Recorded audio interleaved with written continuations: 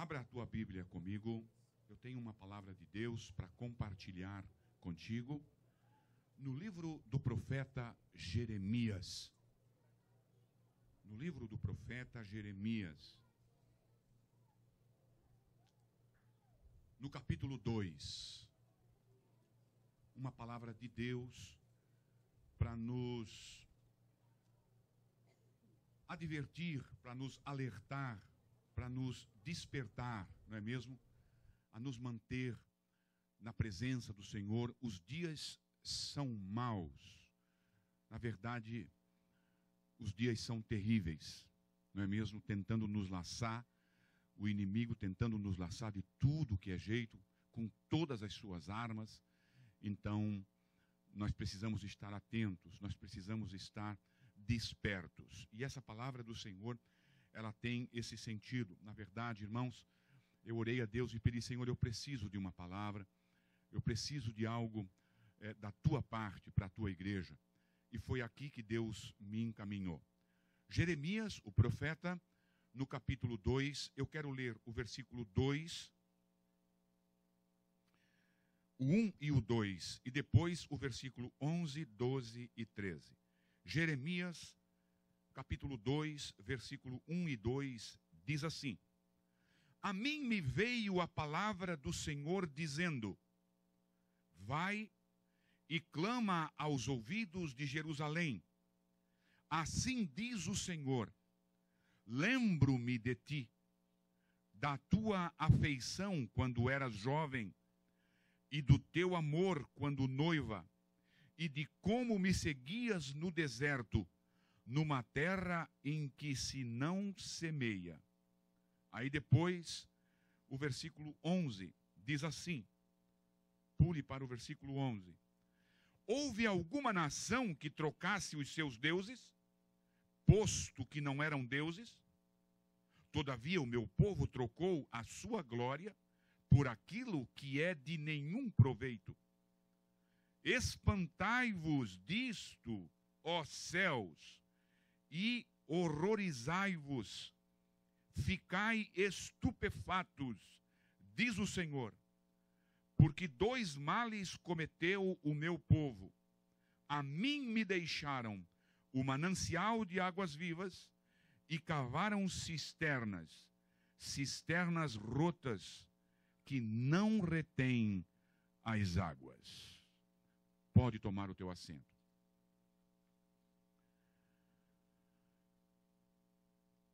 Irmãos, o profeta Jeremias é um dos profetas que Deus levanta no reino do sul.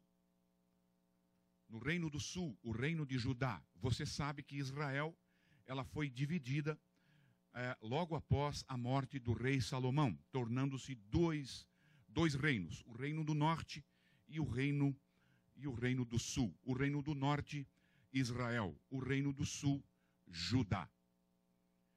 Israel, nessa época, nesse momento aqui de Jeremias, já fazia mais ou menos uns 120 anos que já tinha sido levado cativo, que já tinha sido varrido, a sua nação. Enfim, os assírios, você conhece a história, os assírios invadiram o reino do norte, Israel, e levaram todos eles cativos e destruíram praticamente essa nação. E aí então ficou só o reino do sul. O contexto de Jeremias, e eu quero trazer isso para você, porque é muito importante, eu quero trazer o contexto de Jeremias, está no segundo livro dos reis. Você não precisa abrir, eu só quero citar alguma questão para que você entenda, o porquê que Deus, de uma forma terrível, porquê que Deus, de uma forma, não tem outra palavra, terrível, ele faz com que o reino do sul, Judá, também tenha o mesmo fim, também tenha a mesma sentença que o reino do norte. Então, Jeremias é um profeta de que ele vive naquele período em que o reino do sul, Judá, ele é também levado cativo. Antes do cativeiro, Jeremias, ele passa os dois momentos, antes do cativeiro e depois do cativeiro. Então, Jeremias também sofre, assim como Daniel, no reino do norte, né, assim como Daniel, que foi levado cativo, Jeremias também foi levado cativo, só que passou por esse processo. Jeremias não foi para a Babilônia, Jeremias foi para o Egito, porque o rei invasor permitiu. Você pode escolher, pode ficar por aqui e tal. Jeremias foi para o Egito. Então, irmãos, Jeremias é esse profeta que ele passa os últimos momentos do reino do norte como um reino ainda. E esse contexto está no livro de Reis. Segundo o livro de Reis, na sua casa você lê. Mas nós temos que entender o porquê que Deus manda que Jeremias clamasse dessa forma. E as razões, quais são as razões das reclamatórias de Deus? Aonde que Deus se embasa para dizer e proclamar os juízos que saem da boca de Jeremias? E você vai encontrar isso lá no livro de 2 Reis, no capítulo 32 e no capítulo 33. É onde o livro de Reis, ele coloca a situação do reino do sul.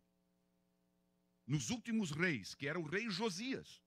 Exatamente, o rei Josias foi o último rei antes dessa transição. Foi durante o reino do rei Josias que houve essa transição. Voltando atrás, 3 reis, começamos com o rei Zedequias, que toda a igreja conhece, porque ele é alvo de muitas pregações, não é mesmo? O rei Zedequias, aquele rei que foi um excelente rei, ele restaurou o reino do sul, Judá, ele restaurou Judá e tal, e fez aquelas coisas grandes, aquelas reformas, e o reino cresceu, enfim, foi um grandioso rei. E que depois, lá no final, ele adoeceu, lembra disso? Ele adoeceu, e aí então os reinos, o reino do Egito, enfim, mandaram alguns visitantes lá com presentes, e eu soube que você estava doente, mas eu soube que você ficou bem e tal. E o rei Ezequias ficou tão contente que ele chamou aqueles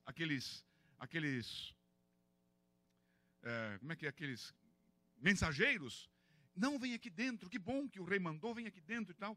E a Bíblia diz que ele abriu as portas e mostrou tudo o que tinha lá no reino, né? Mostrou isso, mostrou aquilo. Depois o profeta veio. O que foi aquilo? Não, aqueles homens, foi assim, foi um mensageiro lá do reino e tal. Eles vieram aqui dizer que bom, que eu fiquei feliz. E o que foi que tu mostrou para eles? Olha, não há nada no meu reino que eu não mostrei para eles. E aí então o profeta lança uma palavra do Senhor. Assim diz o Senhor. Você vai pagar caro por isso, não você, mas os teus filhos, esses mesmos que vieram aqui, eles vão levar cativo para a Babilônia. Deus tinha selado o destino do reino do sul, Judá. Aí então depois, a Bíblia diz que Ezequias morre, o seu filho reina no seu lugar, um péssimo rei. Logo depois, esse rei também morre, não é mesmo? Outro péssimo rei. E aí entra Josias. E lá no capítulo 32, você vai encontrar os atos do rei Josias. O rei que passou por esse momento terrível, de ser levado cativo, de ser invadido a sua terra, o seu reino, enfim, e ser levado cativo pela Babilônia, como todos nós conhecemos. Aí, irmãos, esse rei Josias, quando ele assume, eu quero fazer assim bem rápido, para pintar a situação em que estava o reino do sul, o reino que foi invadido por Babilônia. Quero que você entenda o porquê que Deus reclama. Aonde que Deus se fundamenta para reclamar? Porque a gente lendo o livro de Jeremias, a gente só vê as reclamações de Deus, você não consegue entender direito. Então nós temos que voltar lá no período do rei para entender que esse reino, o que aconteceu. A Bíblia diz que Josias quando ele assume o reinado, ele assume com 8 anos. Com 8 anos ele torna-se rei. Aí então, ele estando com 10 anos de reinado, ou seja, com 18 anos de idade, ele começa a fazer uma reforma.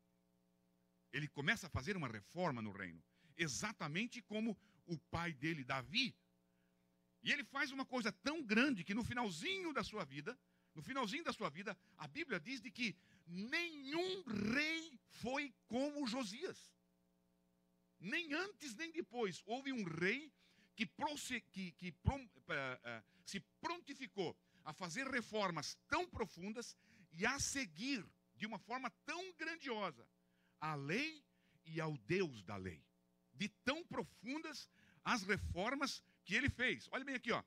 Antes dele não houve rei que fosse semelhante, que convertesse ao Senhor de todo o seu coração e de toda a sua alma e de toda a sua força, seguindo toda a lei de Moisés, e depois dele nunca se levantou outro rei igual.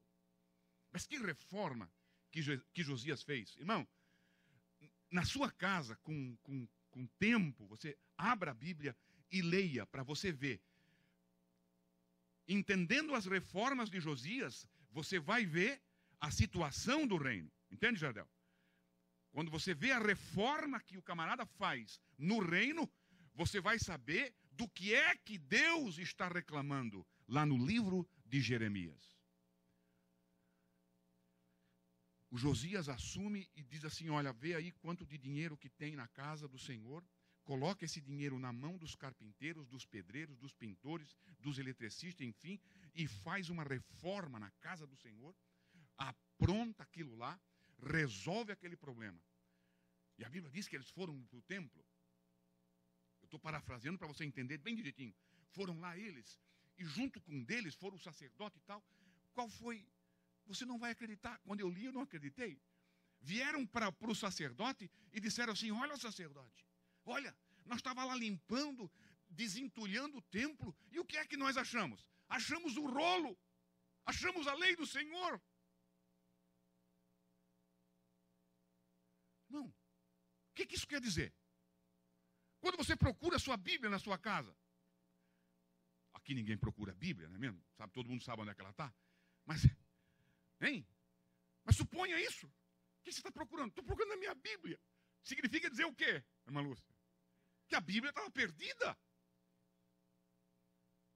Quando eles dizem, olha, eu achei o rolo. Achei esse rolo aqui, o rolo da lei. A Torá de Deus. Estava perdido. Irmãos, a nação, o templo, os sacerdotes perderam a lei. Tamanha era a desgraceira. De acho que desgraceira de reino. Era aquilo. Perderam a lei.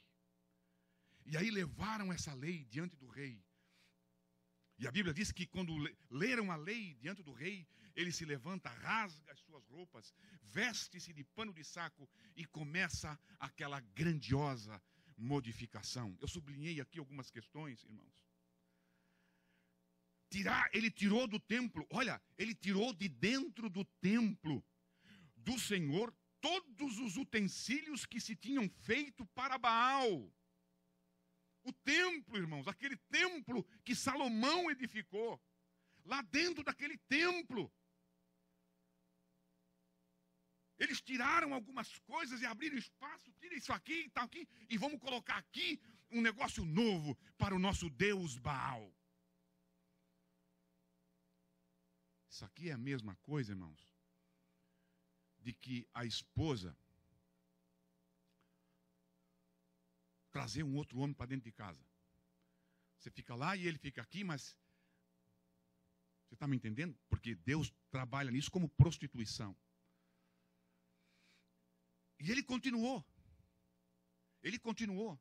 Ele destruiu os sacerdotes e os reis que Judá estabeleceu. Ele destruiu, porque tinha o sacerdote do Deus verdadeiro e tinha os sacerdotes de Baal.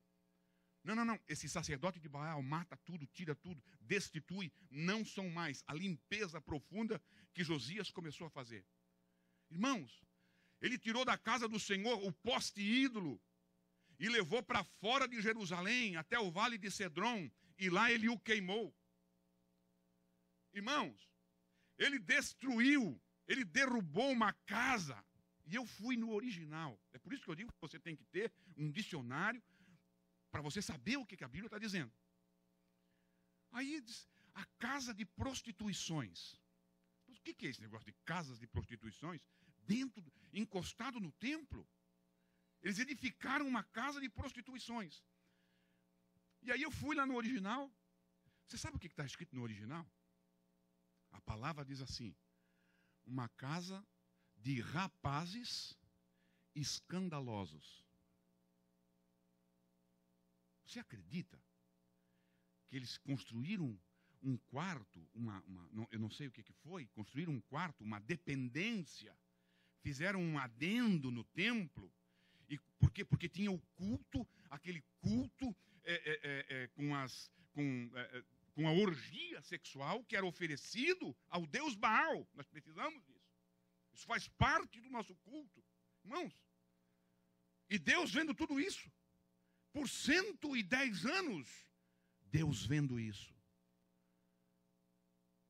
A condição em que o povo de Deus desceu, a tal ponto de ele ter lá uma casa para os homossexuais, rapazes escandalosos. Você sabe o que quer dizer, não é? Aqueles rapazes, porque eu nunca vi mais escandaloso do que isso, né? Tem aquele que dá para ser escandaloso que é horrível, terrível. Eu fiquei assim, não é possível. Isso aqui não é possível, rapaz. Dentro do templo. Mas é a verdade. O que Deus estava engolindo. Aí lá na frente, você vai entender por que Deus está triste. Por que Deus disse para Josias: olha, Josias, porque o teu coração se arrependeu, durante o teu tempo não vai acontecer. Mas no reino próximo, eu não vou deixar barato. Deus diz para Josias. E quando Josias morre, bang, acontece o cativeiro. Você vai ler e você vai entender tudo da situação que estava o reino do norte, o reino do sul, Judá, o povo de Deus, como é que estava?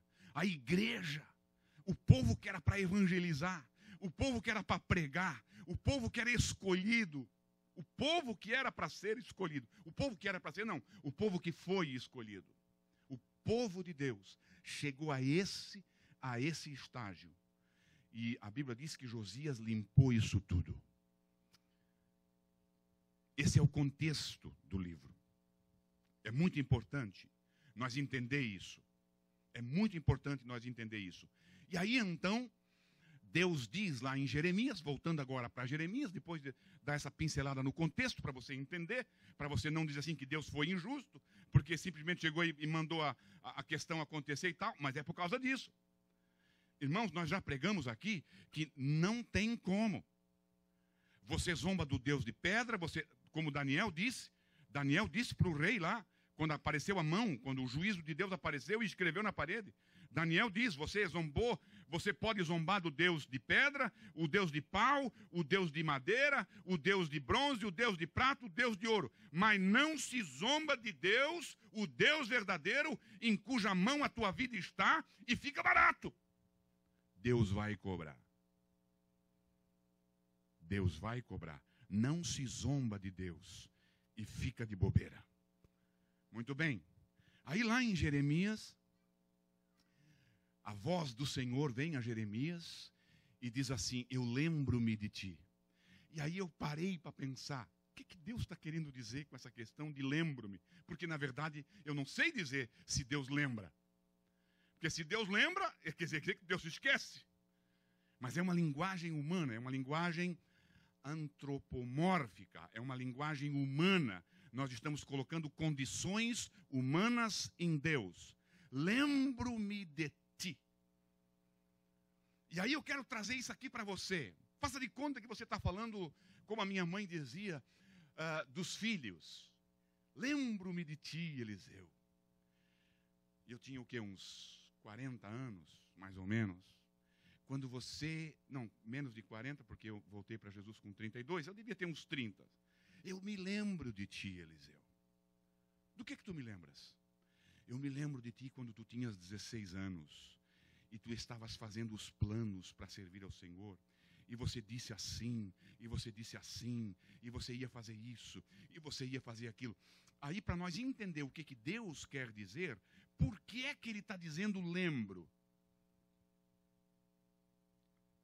É porque na atualidade, as coisas não estão correndo assim. Quando ela dizia isso para mim, na verdade, eu estava fora dos projetos, eu estava fora da igreja. E Deus está dizendo ali, eu me lembro de ti. Eu me lembro de ti, Judá, quando tu caminhavas após mim lá no deserto. Deus estava trazendo. Por que Deus fala isso? Por que Deus diz isso? Por que Deus traz isso à tona? E aí então, daqui eu vim lá para Gênesis, no capítulo 3 e no versículo 9. Porque Deus não esquece. Dizer que Deus lembra é uma possibilidade de dizer que Deus esqueceu algo, e Deus não esquece. Na verdade, não existe passado. Por que Deus não esquece? Porque não tem passado. Deus não tem passado. Deus vive o presente. É eterno. Não tem passado, não tem ontem. Ele estava ali na hora, ele estava vivenciando aquilo. Eu sou o Deus de Abraão. Eu nunca fui o Deus de Abraão. Eu sou o Deus de Abraão. Algo que não entra na nossa mente, na nossa pequenez, mas é bem isso. E aí então, eu fui para Gênesis, capítulo 9, versículo 9 do capítulo 3, quando Deus pergunta, e chama, e grita por Adão. Você lembra? Adão! Adão! Onde é que você está, Adão? Por que Deus chamou Adão? Se Deus sabia, Deus conhecia cada árvore daquele lugar, foi Ele quem plantou, cada square, cada inch square. Ele sabia, cada palmo quadrado daquele lugar, Ele conhecia. E Deus chama por Adão. E aqui Deus diz, eu me lembro de ti. Por que Deus está fazendo isso? É para exatamente nós, Israel, no caso lá Judá, e no caso Adão, e às vezes quando ele chama por mim e por ti, eu quero aplicar, eu quero fazer o que Paulo diz, tudo que foi escrito para a nossa advertência. Isso aqui é para nós, é para o nosso crescimento. Esse momento é para o nosso crescimento, é a palavra de Deus para o nosso coração. Por que é que Deus lembra de nós? Por que é que Deus nos chama? Por que é que Deus chamou Adão? Por que é que Deus diz, eu me lembro de ti? É para chamar a nossa atenção. Quando Deus chama Adão, Adão, aonde estás, Adão? E aí Adão, bate. Bate, que barbaridade. Onde é que eu estou, meu Deus do céu?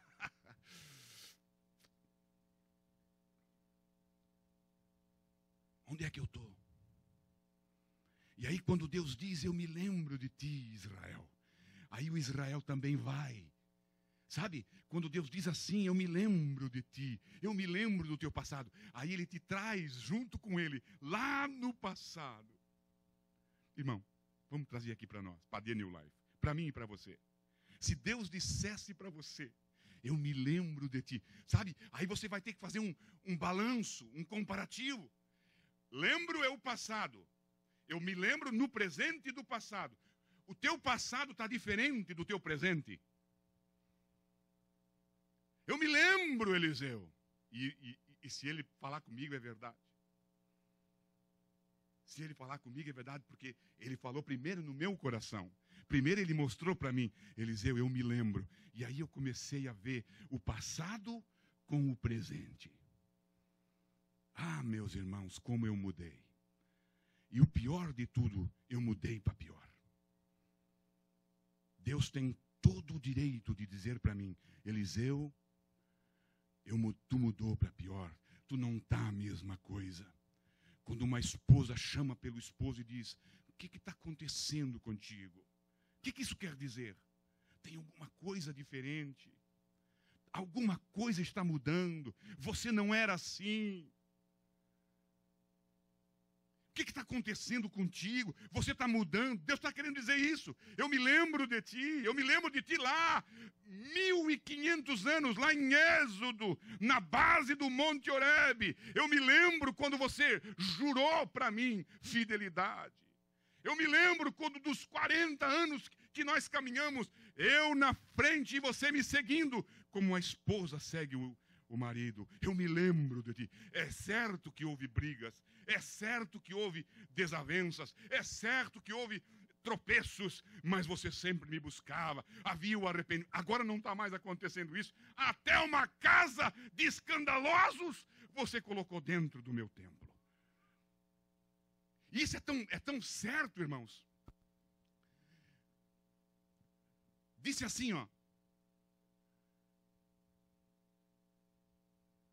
Lá no versículo 27, de como Deus se aborreceu. Do capítulo 23, diz assim, ó. E disse mais o Senhor: também a Judá removerei de diante de mim, como removia Israel. E rejeitarei essa cidade de Jerusalém. Deus estava na última pilha. Deus chegou no ápice da sua paciência. Eu vou rejeitar tudo isso aqui. Eu vou destruir tudo isso aqui. E ele diz assim, ó. E essa casa, que era o templo. Você lembra no capítulo 7 de Crônicas, quando Salomão apresenta o templo a Deus? Deus diz assim, se alguém orar de algum lugar do ponto da terra, orar com a janela aberta, voltada para esse lugar, esta oração eu ouvirei. E aqui ele diz assim, ó, nem isso mais eu vou fazer. Vocês prostituíram o meu templo. Vocês acabaram com o meu templo. É por isso que Deus diz, eu me lembro de ti. Eu me lembro de ti. E aí, lá, eu preciso correr, lá no capítulo de Jeremias, no capítulo 2, no versículo 12, ele coloca a razão, porque vocês cometeram 2 males. Israel cometeu 2 mal, 2 pecados Israel cometeu. Qual foi o primeiro? Aqui Deus nos ensina algo grande, para mim e para você aprender. Todo o início de todo mal, o início de todos os nossos problemas, o início de todas as nossas dificuldades, o início de todo o nosso pecado, começa abandonando Deus. Abandonando Deus. Abandonando Deus. Quando o homem abandona Deus, quando o homem vira as costas para Deus, quando a criatura vira as costas para o Criador, começa a dar aqui uma vazão, começa a abrir portas para uma série de questões. Nós podemos deixar muitas coisas, a nossa casa, nós podemos deixar a nossa escola, nós podemos, e um dia acontece, vamos deixar os nossos pais. Mas se nós abandonarmos Deus, nós estaremos assinando a nossa derrota, o nosso fim, o nosso fracasso, a nossa morte. Israel, cerca de um século antes, também abandonou Deus. E Judá tinha um exemplo. Judá tinha um exemplo. Eles abandonaram Deus. O Reino do Norte abandonou Deus. E aquilo serviu de muita experiência para o Reino do Sul. Mas mesmo assim, eles seguiram no mesmo caminho. Israel, há cerca de um século antes, abandonou Deus e o seu fim foi terrível. Sansão, um grande homem de Deus. Eu já preguei aqui sobre Sansão e eu descobri que nenhum outro juiz, nenhum outro homem foi tão favorecido. Ele ganhou tantas coisas de Deus desde o seu nascimento. Sansão nasceu para ser juiz. O projeto de Deus, a mãe de Sansão não podia ter filhos. O projeto de Deus, vou fazer você gerar, e o teu filho que gerar, e o filho que tu gerar, vai ser vai livrar o meu povo. E a Bíblia diz de Sansão, um homem grandioso, mas quando ele vira as costas para Deus, quando ele abandona Deus, nenhum outro juiz desceu tão vergonhosamente. O final dele, irmãos, é claro que ele se arrepende, mas o final dele foi drástico. Um homem escolhido por Deus, um homem gerado por Deus, um homem que era para viver para Deus e para libertar o povo, girando a roda do moinho de Satanás, do inimigo. Quando nós viramos as costas para Deus, quando nós abandonamos o nosso Deus. O que dizer de Saul? O rei escolhido por Deus. É certo que os homens, não nós queremos ele, mas a mão de Deus estava por trás. Foi Deus quem colocou ali o Saul. E tudo ia muito bem, até que ele virou as costas para Deus, e Deus o refutou, Deus o abandonou, Deus o tirou do trono. Deus está dizendo que nós não podemos virar as costas para eles. É como foi dito aqui para as crianças: se Deus não edificar a casa, ninguém edifica. Em vão trabalham os que a edificam. E aí então Deus fala de uma cisterna. Por que é que Deus fala de uma cisterna? Por que é que Deus fala de... É claro que é uma linguagem parabólica, é uma linguagem figurativa, não é mesmo? Ele está dizendo o seguinte, que o homem é um ser que carece de sede, ele tem sede. O homem nasceu para ter sede. E não tem jeito, nós somos 70% água. Então nós precisamos de água, nós precisamos de líquido. E Deus está dizendo assim, ó, ou você vai beber de Deus, ou você vai beber da cisterna de Deus, ou você bebe das fontes divinas, ou você bebe a água podre da cisterna que você mesmo cavou. De uma das duas cisternas, nós estamos bebendo. Ele está dizendo isso. Ele diz isso. Abandonaram a minha fonte, abandonaram a mim, a fonte que jorra água viva, para beber água de uma cisterna rota, que ele mesmo cavou. E ele está dizendo isso, ou aqui, ou na fonte divina, ou na fonte podre, de uma dessas fontes, o homem bebe. Ele está dizendo isso. Ele diz isso. Isso aqui é uma linguagem figurada. Nós somos, na verdade, irmãos, o que Deus está querendo dizer, na verdade, a palavra mais teológica é o seguinte: nós somos influenciados. Como é que nós abandonamos Deus? Como é que pode um homem abandonar Deus? Como é que pode uma nação, irmãos, que nasceu, que viu Deus, via Deus, via a glória de Deus, viu os milagres de Deus, nasceu pelo poderio de Deus?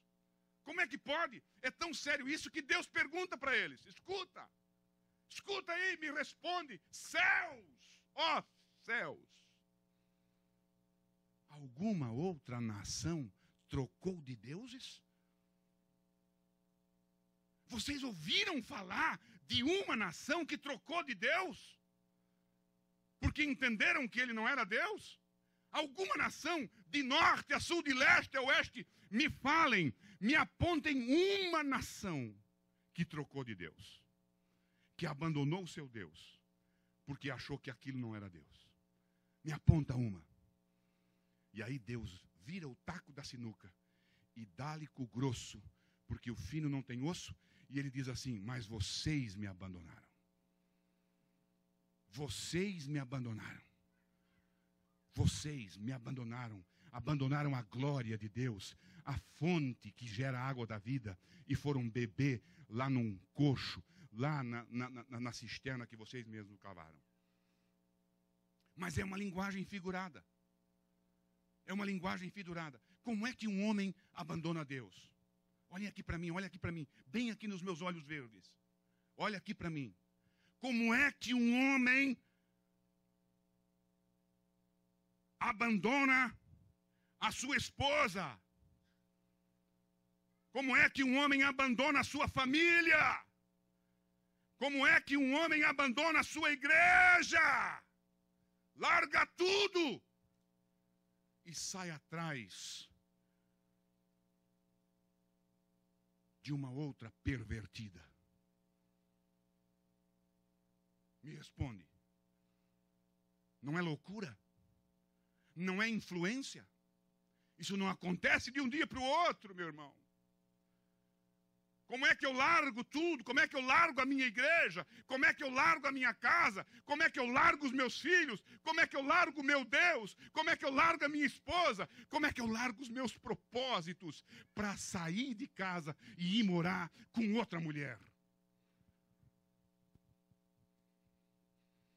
Deus, irmãos, Deus reclama isso. Como é? Como é que isso acontece? Irmãos, como é que nós abandonamos Deus? Nós abandonamos Deus por causa da influência. O modelo mais teológico e mais acertado, mais transparente que eu encontro é a questão da brasa. Quando você tira a base, nós somos influenciados. Todo o tempo todo, todo dia, o dia todo, toda semana, a semana toda, todo ano, o ano todo, nós sofremos influências. Ou nós somos influenciados, ou nós influenciamos. Como é que eu abandono Deus? Como é que eu começo a beber da água rota? Não é eu chego lá e me embebedo na primeira vez, não é assim. Eu vou lá e dou um golinho. Eu vou lá e dou outro golinho. Tem um ditado que diz que ninguém fica bêbado sem o primeiro gole. E é assim que acontece com o homem que abandona Deus. Ele é influenciado. Influência. Quando a brasa sai do braseiro, pode ser a brasa mais viçosa, pode ser a brasa mais forte, pode ser o braseiro mais violento. Quando você separa uma brasa de lá, a temperatura ambiente vai começar a trabalhar sobre ela, e não demora muito. Ela está tão fria quanto a temperatura normal. Aquele fogo, onde é que estava? Passou. Aquele desejo ardente, onde é que estava? Passou. Por quê? Porque o redor influenciou e acabou com todo o fogo, com todo o desejo. O que aconteceu com Israel, acontece com muitos dentro das nossas igrejas hoje.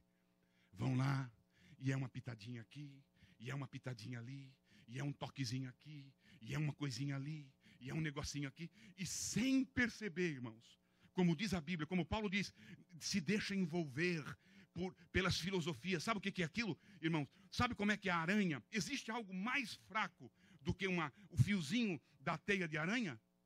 Não existe. O que Paulo usa vãs filosofias é exatamente aquilo. É um fiozinho, aí passa mais um fiozinho, aí dá mais uma voltinha, e aí mais uma voltinha. E quando o animal percebe, está completamente envolvido nas garras da aranha. E dali ele não sai mais. Dali ele é guardado para um lanche ou para uma sobremesa num futuro próximo. É bem assim. Quero terminar. E eu quero passar para um outro texto. Por amor de Deus, o Deus prometeu resgatar o seu povo. Irmãos, isso aqui é para nós, para mim e para você. Deus está falando conosco aqui hoje. Deus está falando conosco. Eu quero pular para um outro texto, sem rodeios, porque o meu tempo terminou. Num dia, e eu quero continuar falando de água, eu quero continuar falando de sede. Num dia, irmãos, a Bíblia diz lá em João 7,37, no último grande dia, o grande dia da festa, a festa de tabernáculo, aquela festa, irmãos, que todo mundo carregava água, ia lá na fonte, tirava um jarro d'água e levava, caminhava pela estrada, e caminhava, e ia lá na frente do altar, e despejava aquela água, aquela bacia, aquele jarro d'água, lembrando a festa dos tabernáculos. Nos 40 anos que eles passaram sem água no deserto, ali tinha fartura de água, e quando eles faziam aquilo, eles diziam: Deus me trouxe, Deus me sustentou, então eu devolvo a água, eu coloco essa água como um sacrifício diante do altar.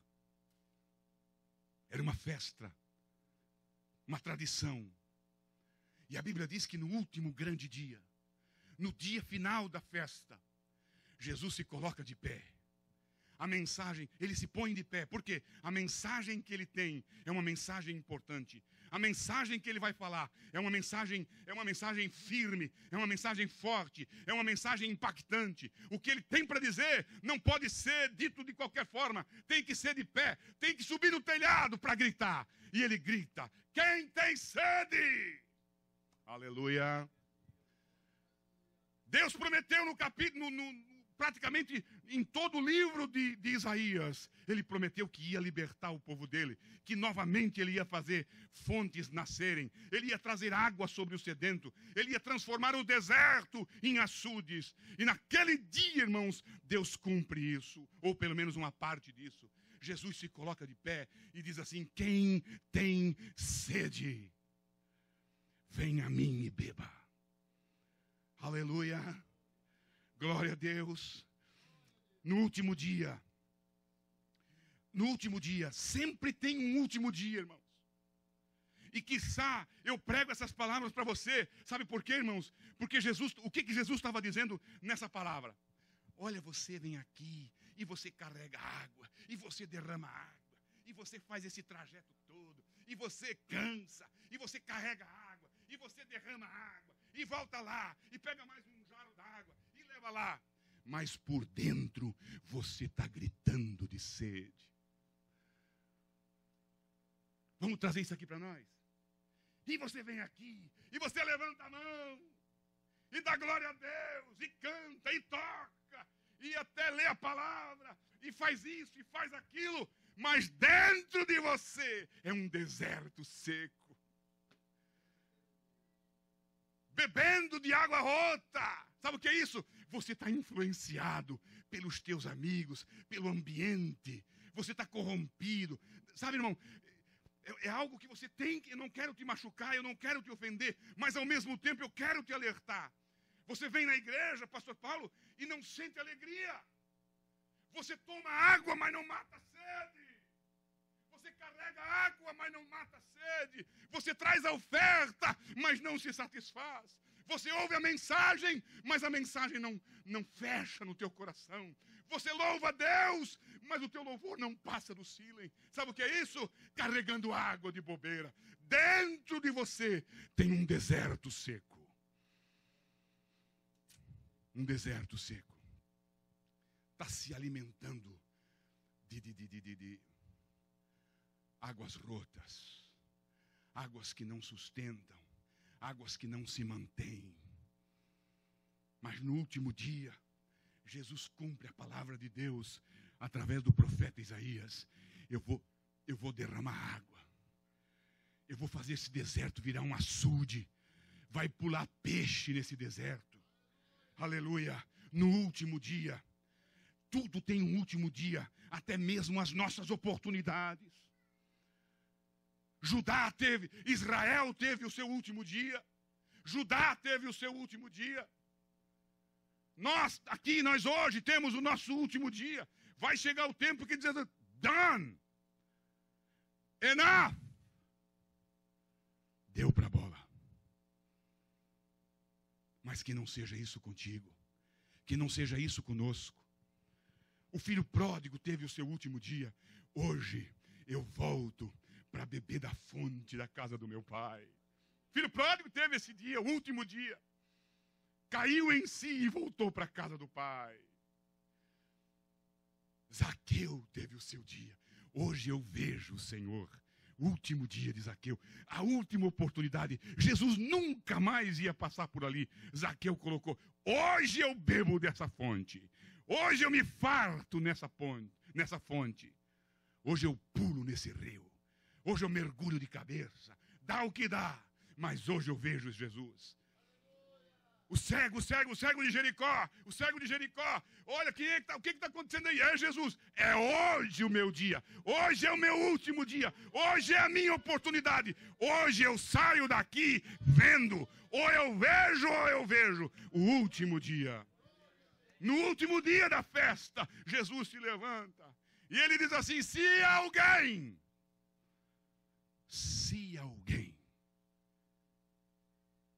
O que é esse se alguém, Lúcia? O que é esse se? Pode ser que sim, pode ser que não. Se é isso. Se é condicional. Pode ser que você quer, pode ser que você não quer, pode ser que você precisa, pode ser que você não precisa. O que Jesus está dizendo? Se. Sabe o que Jesus está dizendo aqui para nós hoje? Esse se é o seguinte: olha aí para dentro de ti. Se tem alguém com sede, analisa o teu corpo aí, analisa. A sede é um sintoma nosso. Eu estou com uma gastura aqui. Já é sede. Vai na bica e toma água. Analisa. Olha para o teu corpo. Olha para dentro de ti. É esse o si de Deus. É esse o si de Jesus. Se alguém, analisa aí dentro de você. Vê se esse deserto não está rachado de sol e não precisa de uma aguinha. Você precisa de uma chuvinha. Você precisa de uma chuva serôdia. Você precisa de uma trovoada. Você precisa de uma tromba d'água. Está precisando de água. Se analisa dentro de você. É você com Deus, é você mesmo. Seja sincero contigo, seja honesto contigo, seja honesto contigo. E analisa para dentro, olha para dentro de você. Se alguém, olha alguém, olha para essa palavra alguém. Analisa essa palavra alguém, quem é? Pode ser o fulano, pode ser o ciclano, pode ser o beltrano, pode ser o herculano, qualquer um. A água que Deus tem não tem limites, vai além das fronteiras, vai além da cultura, vai além da cor, vai além da posição social, vai além do dinheiro, vai além do teu poderio, vai além de tudo. Ele desce lá embaixo e sobe no mais alto homem, atende o mais insignificante e o mais alto homem. Se alguém não tem seleção, não tem nível, não tem nada disso, o que é esse alguém? É qualquer um. É para qualquer um. É para qualquer um. Se alguém. Aí então, para mim concluir, venha a mim. Venha a mim. Come to me, baby. Come to me. Fica de pé comigo. Irmão, eu sei que Deus faz muita coisa e Ele é muito poderoso, mas bobo Ele não é não. Ele não fala com quem não veio na igreja. Se foi o que Deus trouxe, é porque tem alguém aqui que está com um deserto dentro do coração. A vida interna, a vida espiritual está rachada de seca, está torrosa de seca, é um deserto. Analisa aí, e ele diz assim: vem aqui que você vai, hoje eu vou transformar esse deserto, sabe no quê? Numa fonte. Sabe o que é uma fonte? Uma fonte é um lugar que a água não seca. Uma fonte é um lugar onde você tira um balde e entra um balde, tira um galão, entra um galão, tira 1000 litros, entra 1000 litros, tira não sei quanto, entra não sei quanto mais. É uma fonte não seca. Eu quero te chamar à frente. Eu tô, que de tanto que tô, eu nem sei como é que eu tô, mas eu sei que Deus está falando. Eu sei. Deus está mexendo contigo. Deus está mexendo com o teu brio. Deus está mexendo com... pastor, mas eles vão saber que eu não me interessa o que o outro pensa. O que vale para ti é o que Deus diz de ti. E Ele sabe como você está. Chega aqui à frente, eu quero orar. Meu tempo passou.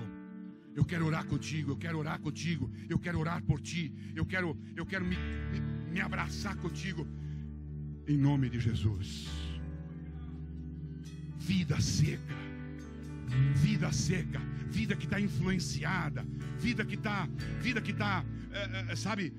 pedindo, eu preciso de gozo, eu preciso de satisfação, buscando alegria em outras fontes, em outros lugares. Aqui corre a fonte de Deus, aqui corre a água viva, aqui corre aquilo que gera em ti frutos, gera em ti pastos verdejantes. Aleluia.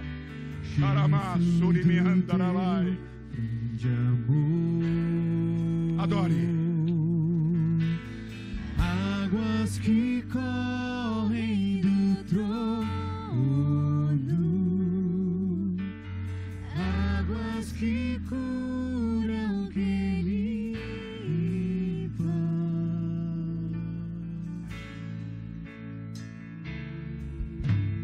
por onde o rio passar, tudo vai transformar, pois leva a vida do próprio Deus. Esse rio está neste lugar.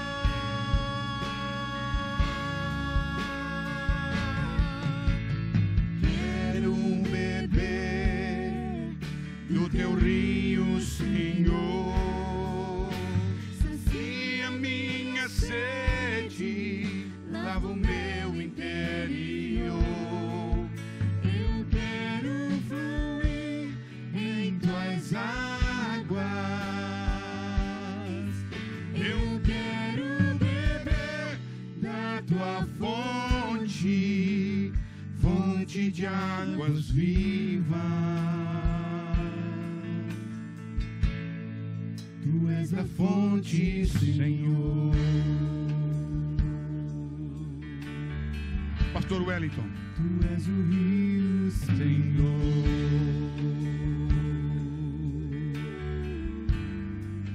Tu és a fonte, Senhor. Eu quero impor as mãos.